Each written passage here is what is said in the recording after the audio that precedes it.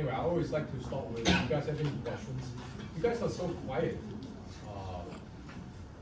No things troubling you guys? No? Everything is doing good, research-wise? Publishing a lot of papers? Hopefully that's what's happening right now. Okay, so diffusions. I don't know if you have, I don't know, the old-fashioned guy that you have reading papers and pencils, or you're using a electronic tablet. But throughout this class, I'll basically start jotting down notes. Okay. All right. So release. One thing is, if you really choose not to do any of those two things you're doing, at least pay attention and then listen to me, okay? Try avoid falling asleep or eating stuff. Okay, so diffusions, how atoms move around in crystalline materials, right? So this is a basic content. You can see over here, this is here, right?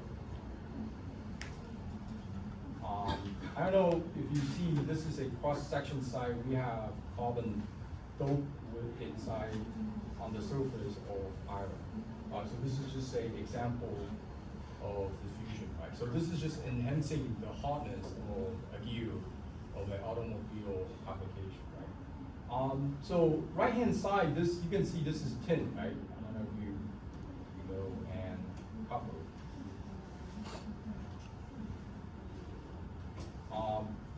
So a lot of this common material you see is in soldering, right? A lot of semiconductors, when you're doing bond wiring, you have soldering, and you get this tin and copper, and you get this intermetallic stuff going on. So you see copper 6, tin 5, and then copper 3, tin. Okay, so just a quick overview. So bronze and brass. So these are known terminologies. Bronze basically is copper plus tin. So what you see from here, you can see somewhat a similar of bronze, right? So bronze 中文叫青铜 ，OK 吗？这应该大家都知道。How about brass? Brass is copper plus zinc, right? So I think this is also known stuff, shouldn't be surprised. Bottom of here, this is a very common annealing recrystallization. So if you don't know what that's going on, annealing, go and open your engineering material book. So what it does is, it helps to improve the material strength, right? And as many dislocation kind of distributed in the microstructure. So anyway, we'll talk about that a little bit later on. Okay? Okay, good.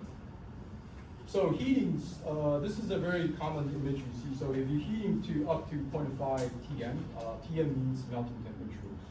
So, resulting solid state diffusion of atoms. So I'm using copper and nickel, for example. So TM copper 1085 and then 1453. So normally the common features you see is that you have a high gradient diffused to a low gradient, right? I think this is without questions. Normally, I say normally, commonly. So you have diffusion of copper from left to right, and then you have diffusion of nickel right to left, right? So over here is starting from 0.0, from time when it's 0, temperature-wise. You have copper nickels that's reside one at the left-hand side and nickel on the right-hand side. Now with heating up, you have copper diffusion, right? And then you have nickel diffusion. Okay? So normally for metals, if you want to have a solid state diffusion, you need to heat up for at least 0.5 of its melting temperature. Okay, that's just a rule of thumb. So say if silver has a melting temperature of 900 Celsius, and supposedly I want to diffuse silver into, say, silicon. So what's silver is 900, what should be the diffusion temperature minimum be? Half, right? So it's 450, so I should at least heat up to 500, 600 minimum, so that silver can be diffused into silver can be diffused into silicon. Okay? That's easy to understand. So okay, so interstitial diffusion, movement of atoms by interstitial sites. So I think this is pretty easy to understand. You have position of interstitial atoms before diffusion, and then after the diffusions, you have movements going on, right? So occur when the diffusion species is much smaller than the host. So for example, the carbon being recognized is carbon, right? So carbon has a radius of 0.071 diffuse iron, right? So this is a commonly already known stuff, so it's interstitial diffusion. So later on, when I talk about fixed first and second, we'll derive a little bit more mathematics behind this. Let's quickly move on. So vacancy diffusion, movement of atoms by vacuum lattice size. So basically is you have an empty space, right? So that's easy to understand. So most of atoms are substitution atoms. So you have atoms that move right over here on the vacancy side. So the way you can see through that is you have vacancy moving toward over here, right? Okay, so that's easy to understand. So occur when the diffusion species, so highlight this, occur when the diffusion species is similar size to the copper. So copper through nickel. I continue to use copper through nickel. So the radius size is much the same. Okay. All right, let's move on. So vacancies, empty lattice size, you can actually calculate that. So NV is the numbers of vacancy, N is the total number of lattice sites, Q is the activation energy for vacancy formation, and K is the Boltzmann constant, right? So K is the Boltzmann constant, right? So make sure you know the difference between K and R, right? So R is 1.314. All right, so K and R is different, right?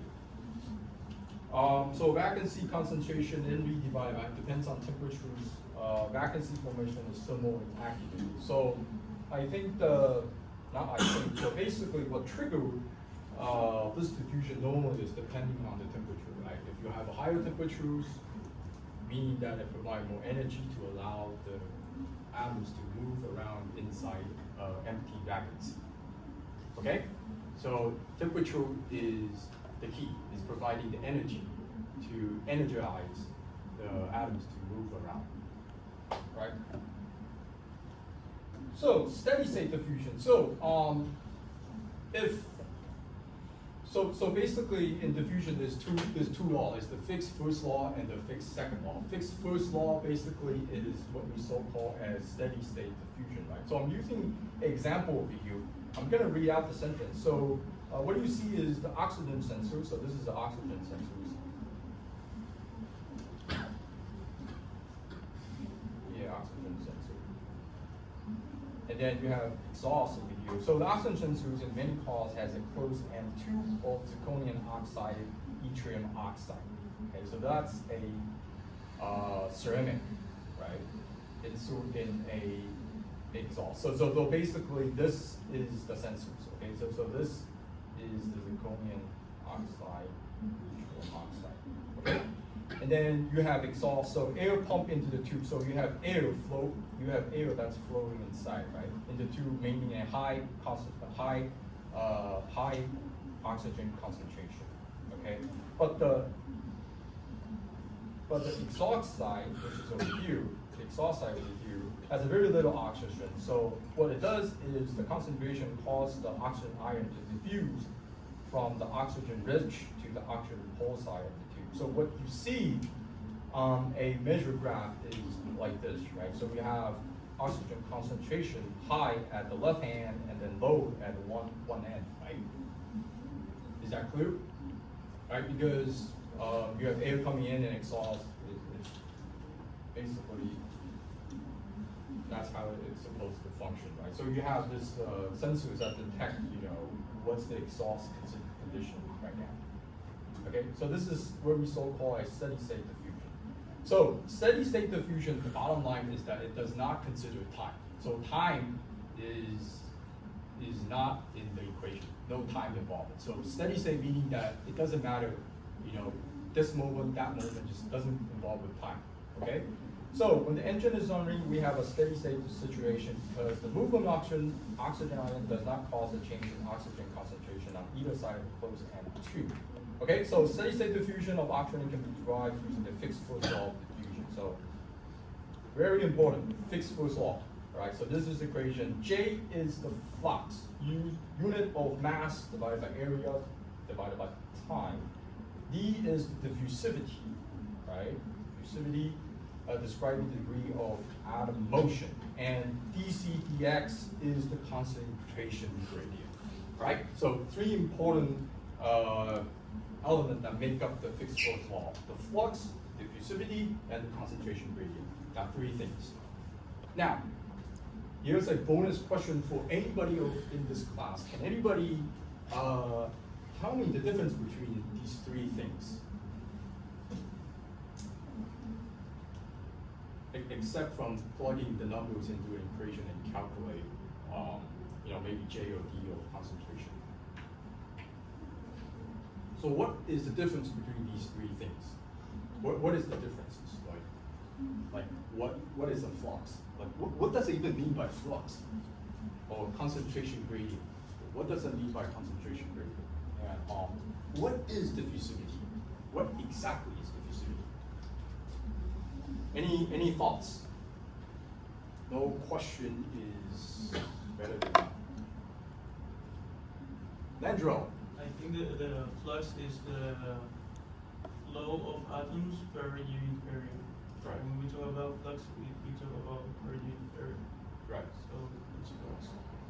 Yeah, so it's movement of atoms, right? It's a movement of the atoms back and forth, right? Okay, good. You're kind of on the track now. Anything else? Good, Landro. Anything else? Okay, so I always like to use this as a example to enhance your understanding. So flux refers to the net motion of the atoms, right? So bottom line is that it's a net motion, right? So like you have atoms moving here, there, everywhere, but the net motion. So yeah, net motion, the summary. Okay. For example, I'm using the parking garage, for example. In the middle of the day, the number of the car entering and leaving are about the same. So lots of movement, but the net result is little change. Okay, so in the middle of the day, so for example, you have the early morning, midday, and evening. So midday, you have people perhaps driving a lunch and coming in back and forth, right? So the net change is zero. So the flux is zero. Okay, in and out, zero.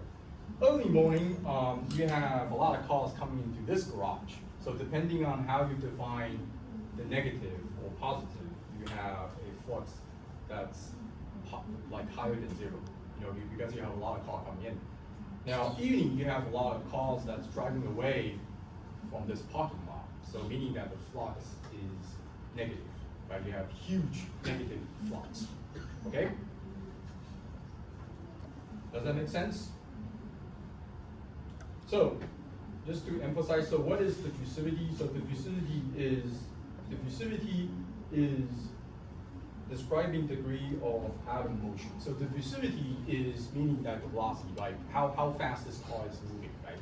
So this car can be running at a 100 meter per second, and then you have a motorcycle that's running like 60 meter per second. So that's the diffusivity, how fast the atom moves. So what is concentration? So concentration meaning that you have a bunch of car, like 100 car, right? That's trying to move into the garage, or 60 car that's trying to move. So 100 car, high concentration. 10 cars, low concentration. But you can have 100 car moving at a slow speed, meaning that the diffusivity is low, but the concentration is high. But at the same time, you can have a 60 car or 10 car that's low concentration, moving at a fast speed, which means that the diffusivity is high. Okay? So regardless, the flux depending on the net motion. Is that clear? So actually, this showed up in your graduate entrance exam, and then half of students didn't get the full mark of this, but somehow they still managed to get into this. All right, so this is the fixed first law. Hopefully you get a bit more understanding. Again, this does not involve with time. So concentration gradient, mass tends to move from higher to lower concentration. So this, again, is the concentration, right? Diffusivity is a measure of how rapidly the system respond to gradient. So no movement, no flux. So oxygen sensors, again, so when car is operating, you have dc plus dx that's higher than zero, and then J, the flux is higher than zero, right? When the car is off, J equals to zero, no net, still oxygen is low. Okay?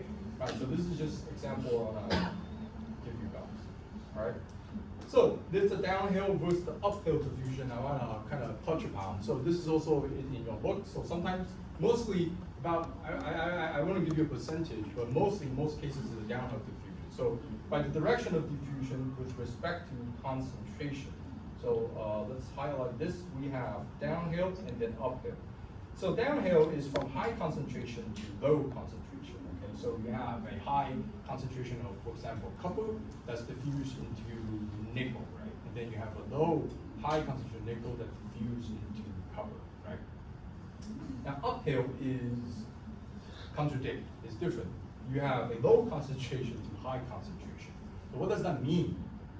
That means is that if you have a low concentration of copper, it actually diffuses into the place where you have a higher copper concentration.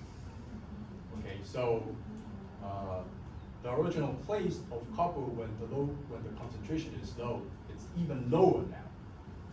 Okay, so it's kind of diluting. You get the sense. So diffusion down the concentration gradient is what we so-called downhill is more common. Okay. However, so for certain solid solutions, system with a miscibility gap, the diffusion direction may be opposite. So this is the downhill. And this is the uphill. Right. So this is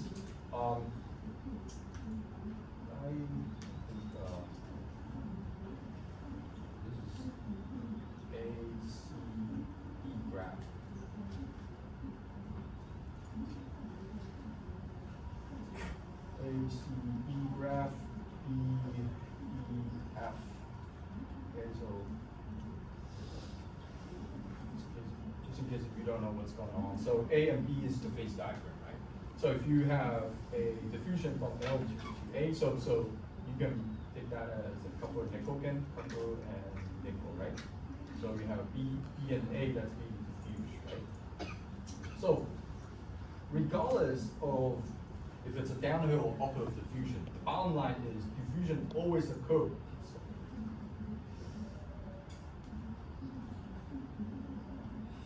Diffusion always occurs to minimize the Gibbs free energy. So the motivation or what's the trigger mechanism, if it's uphill, downhill, it's just want to minimize the Gibbs free energy. Okay, Gibbs free energy, lower the free energy. Okay. All right, so if you have, trying to explain this is a little bit, so you have a couple that's diffusion on this and then a couple of diffusion on this, right? So if you look, I'm trying to quickly go into the thermodynamics. So you have it on the next page. Yeah, there we go, next page. So, so if the free energy system is C, the initial energy of flux G3 will decrease to G4. And the atom A and B will diffuse down the gradient. So anyway, G3 to G4.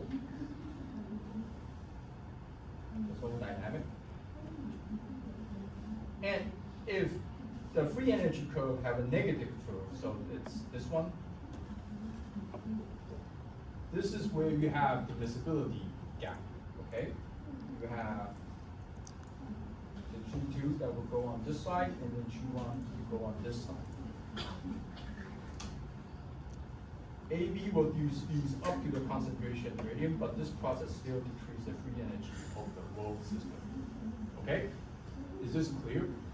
So we'll touch about this little bit topic a little more on when we talk about it. I just want to give you some idea of the difference between the downhill and uphill diffusion, okay? Just a little bit more. So in both cases, A and B diffuse down the gradient is the chemical potentials, and downhill behavior is far more common than uphill diffusion. Okay, so I just want to give you some idea. There's some differences. So not every concentration is from high to low. Okay, that's the important thing. All right. All right. So moving forward, we have non-steady state diffusion. This is actually the fixed second law. So the constant gradient change with time. Okay, so this is fixed second law. Think of interdiffusion of nickel and copper. So with time, initially we have dc dx that's finite, and then finite eventually the concentration evenly on both sides. So even when the concentration gradient is 0, there can still be diffusion, right?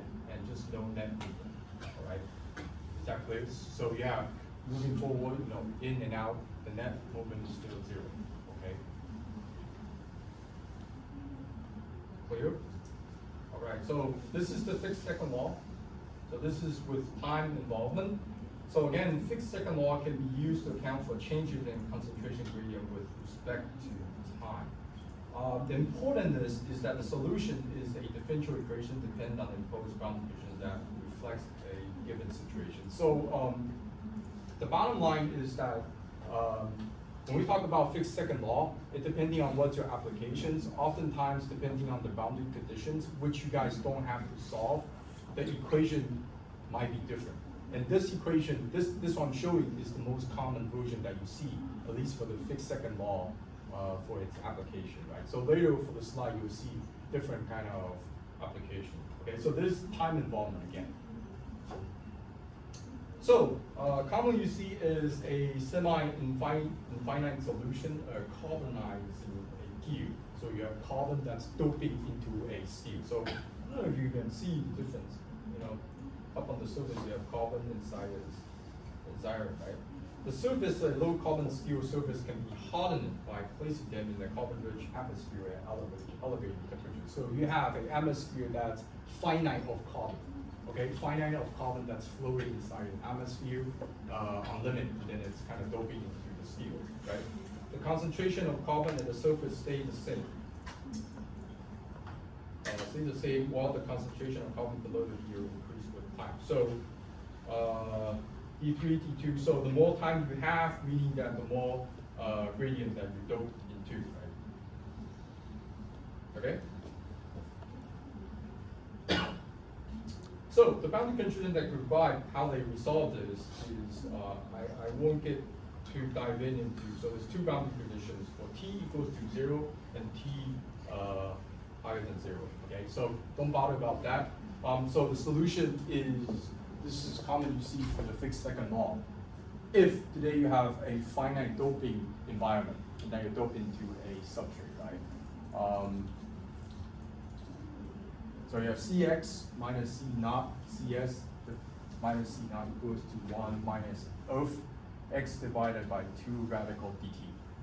Okay, so d is the diffusivity and t is the time, right? Right, so I think everybody mostly should be familiar with this. All right, so again, I think this is also on the entrance exam for the graduate level. I asked this, I think most of them got this correct. But I think the catch is, people will often ask you, what is the diffusion distance, right? 那个你的扩散距离到底是多少? It looked like like people ask this question, it's really difficult to answer, right? What is the diffusion distance? What does that even mean, right? So you need to specify the desired concentration of a diffusion species, then you can calculate the depth below the surface where the desired concentration is found, right?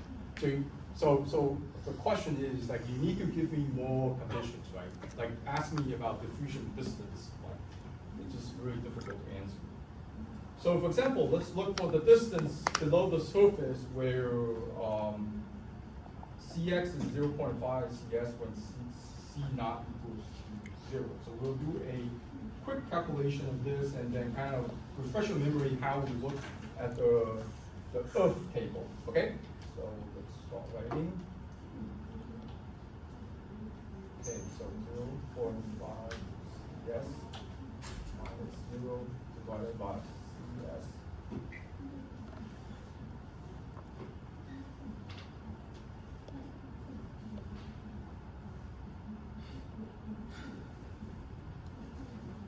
Okay? So if you kind of move around and calculate, you get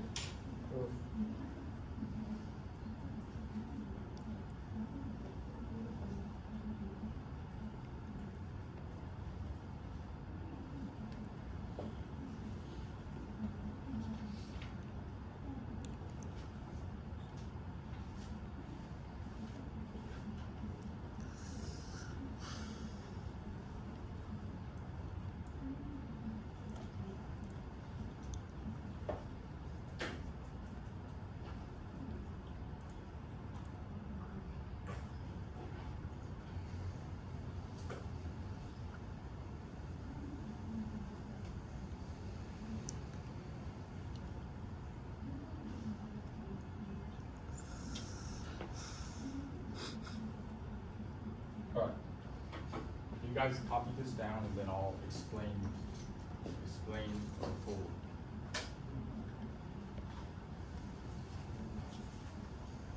So I upload this note a little bit later in this class if you didn't bring your stuff.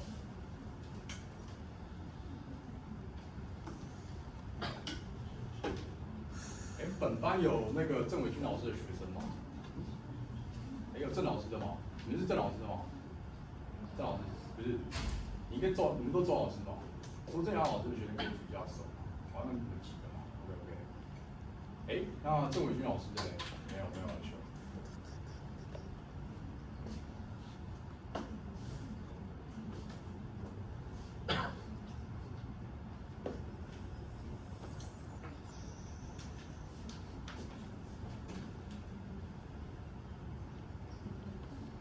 So while you're copying, I just want to kind of continue what's going on. So I'm just plugging the numbers and then moving the equations.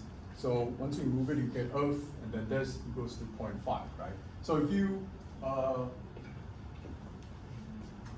have your electronic tablet of your printout, if you move on to the next slide, I provide you the table where you can look at the numbers, right? So over here is, I will jump back a little bit, is over here is this, so it's Earth Z, right? So I got 0.5, so this is between 0.47 and 0.32.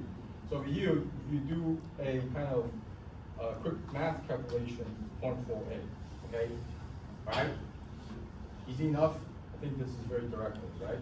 So 0.48 is x divided by 2 radical dt is 0.48, and then if you do quick calculation, x is approximately radical dt.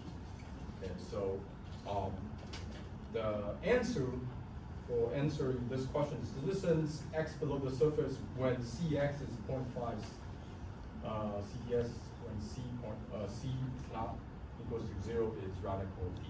Okay. So the diffusion distance is radical dt when you have Cx equals to 0.5 Cs. Okay? So, I don't know, that's something, a side thing I would like to kind of draw is supposedly you have concentration and then X, right? So you have diffusion like this, right? So, say this is T2 and this is T1, right? So evidently T2 is higher than T1. So Cx equals to 0.5 Cs, meaning that's like half, right? So half. So half. So over here, you have the diffusion distance, the x. Okay? Let's give you some idea, right? Any questions? So if this show up in the exam, I think everybody should get this correct, right? I'm seeing a lot of promising eyes. Good. I like it. Okay.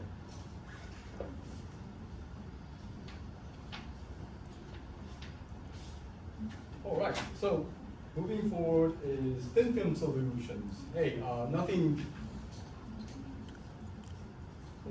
Nothing is better than having a real application where you can use this equation for your research, right? So thin film solutions. There are many solutions to the differential equations. In this case, the amount of diffusion material at the surface is fixed. So this is a more common research you're doing. You have a fixed material on your substrate, right? So fixed, right?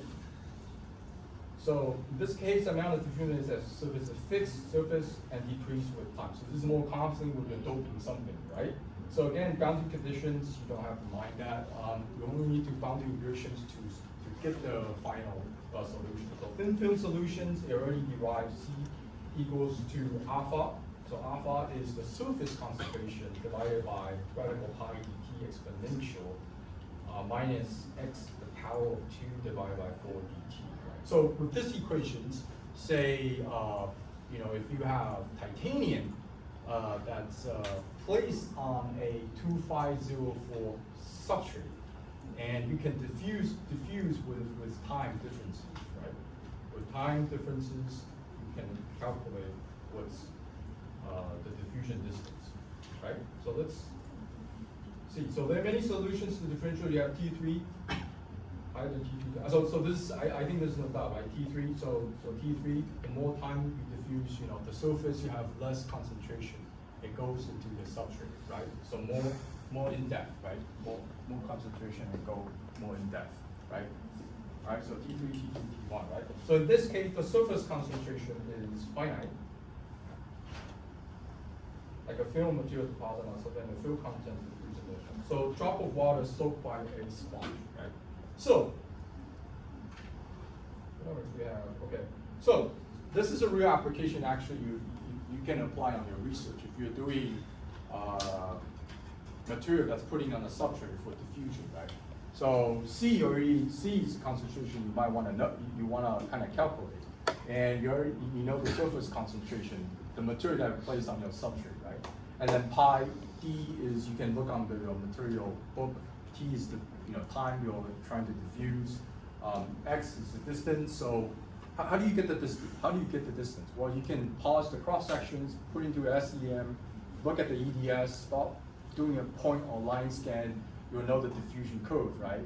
So we have the D or the T. You calculate the concentration. So this is a great equation you actually can use in your research. So then in your research, if you apply the concentration gradients, right, you can play with the titanium, for example, on 2504 steel. You can play around on a fixed temperature, say 1,000 Celsius, with different time, say an hour, 2 hours, 3 hours. You can get this curve and plot this curve using that equation. Right? So this is a real thing you can do on your research. Okay. Diffusivity. So before you get E, there's actually D equals to D naught times exponential minus Q divided by R T. So D naught is constant. You can find that on a material book. Q is quantitative. Q is the activation energy. T is the temperature degree as K. R is the gas constant. Right? So I already say that's 8.331. So the difference between R and K is, anyway, you can see that. Okay? The reason why I mentioned the difference between R and K is that I still remember sometimes in the entrance exam, whoever that give you the testing equation might screw you over. Instead of giving R, they exchange to K, and then you still calculate happily and then eventually get the answer wrong. Right? So I have learned my lessons. Maybe it'll show up in your exam that I'll suddenly change on, but we need to know what's the difference between R and K, right? Really, I'm not joking, okay? All right, so factor affecting the diffusivity, right? So the diffusivity of fluids, right? The size of diffusion species, right? Size of diffusion species, there's interstitial and vacuum diffusion. So there's two different diffusions, right? If you guys recall, right? That fact. Size of host atoms as well. What kind of atoms do you kind of use? Host. Crystal structures. What do I mean by crystal structure? FCC, BCC. Yep, that's correct. So FCC, BCC, that also matter because they also influence the atomic packing factors, how the atoms will travel between the spaces, right? Temperatures, I will not emphasize the rule of thumb, right? So I talk about 0.5, right? So if you work at a semiconductor process at the night shift, no one is there and you have to make a decision, just remember if you're doping, at least 2.5 above TN, right? Okay, maybe that will help you, right? Okay, so this is a plot. I think the most important so actually this is also done a lot in research as well, where you want to calculate the activation energies between the doping elements inside the host material, right? So the slope actually is the activation energy with the plot of diffusion coefficient with the axis as the reciprocal temperature. So again, K is Kelvin, right? So you can see the slope differences. The kind of the more the moderate slope, meaning that the activation is more moderate, right? The activation is smaller.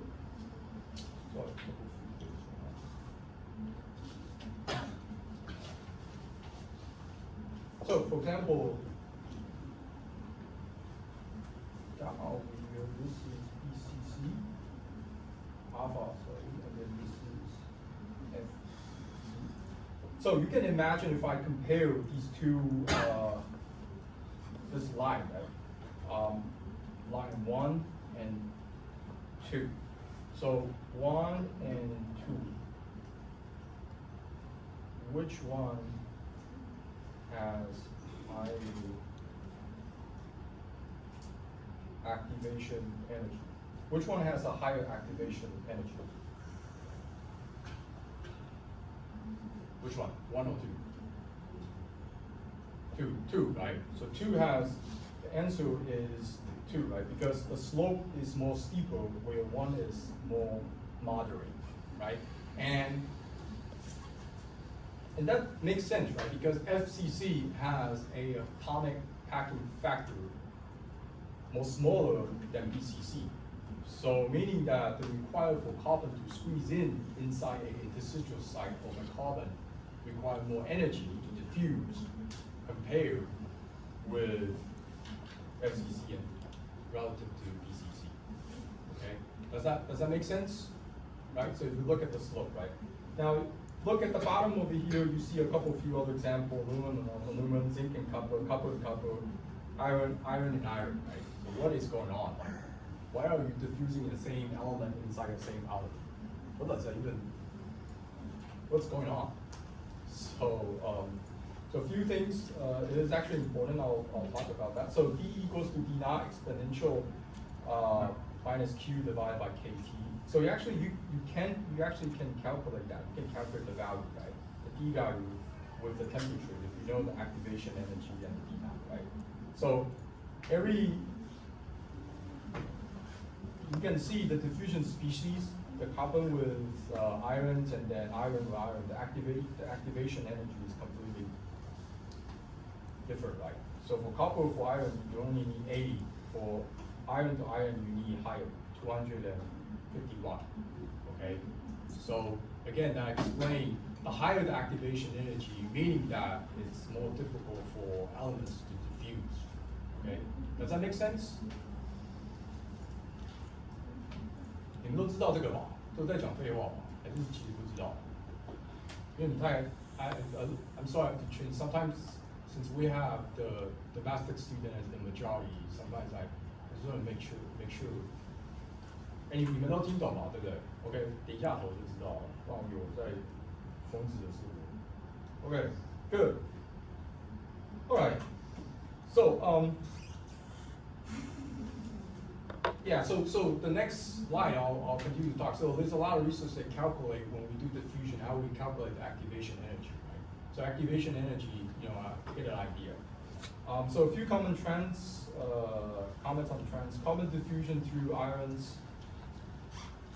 Carbon through ions more rapidly than iron diffuse through iron, right? Makes sense because carbon can diffuse interstitially while iron requires magnets to diffuse. Carbon diffuse more rapidly in BCC iron than FCC iron because it's lower activation energy. Makes sense because BCC has a lower atomic packing factor. Hydrogen has a lower activation energy for diffusion through BCC iron than carbon, right? Because it's smaller atomic radius.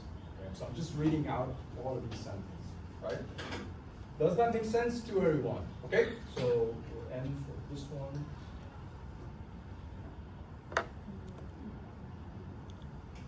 So check the notes.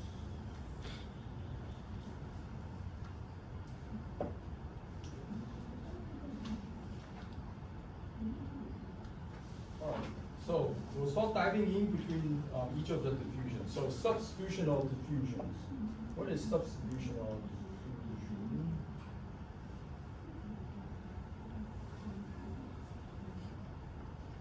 That is exchange.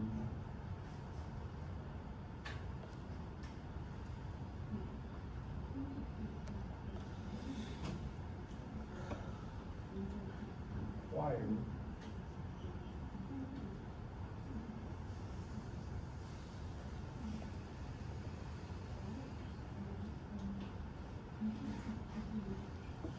Right. So vacancy mechanism, which I already talked about, is more common in substitutional diffusion, right? So it's really lower because the lower.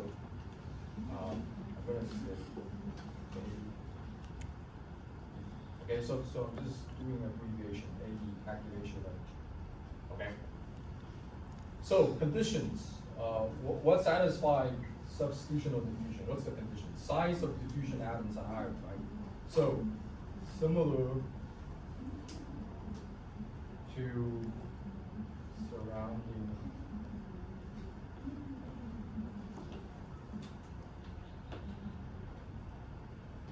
matrix atoms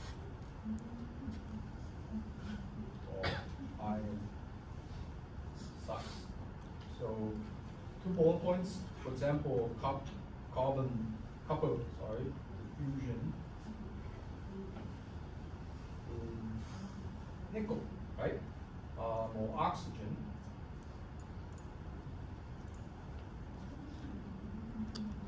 Vacancy.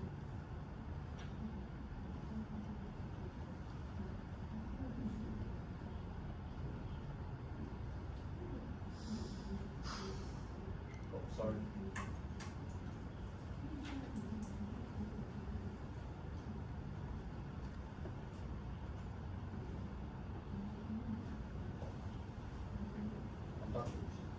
Okay, so when we talk about substitutional diffusion or vacancy, we have these atoms,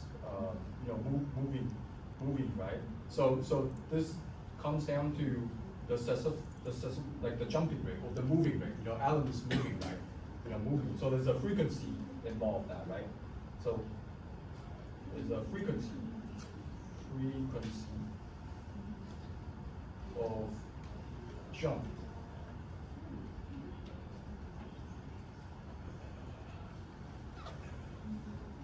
Attempts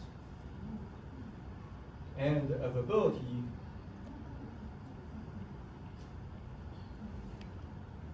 of vacancy.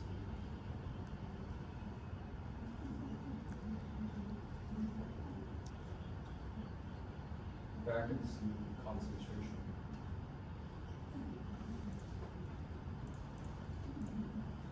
Yeah. Let's continue to copy. Okay, so just a side note is, sometimes like these are a fundamental stuff I really need to go through. So the best way for you to learn is, just copy it down to prevent you from, sleeping. Or else, like, you continue to watch me, like, just talking, and eventually you'll fall down and sleep. So do try to write or, do something, or else you'll fall asleep, okay?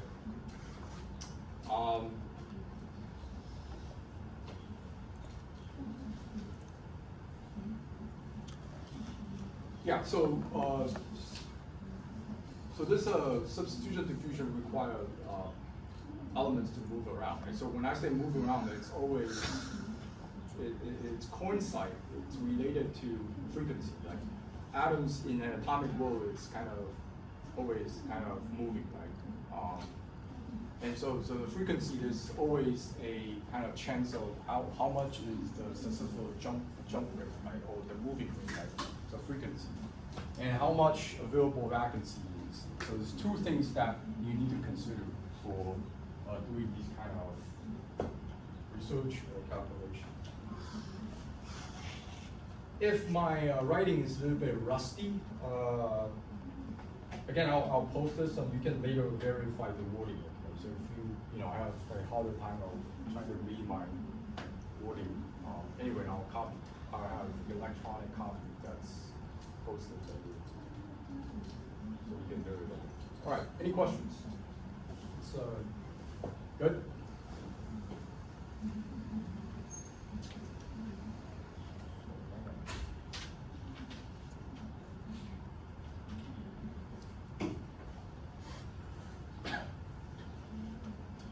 So I'm gonna go ahead and move forward. So interstitial diffusion, size of diffusion atoms ions much smaller than surrounding atoms and ions, right? So to give you a real example is carbon diffusion in iron, right? So that's the R radius of carbon is 10 ppm. Picometer goes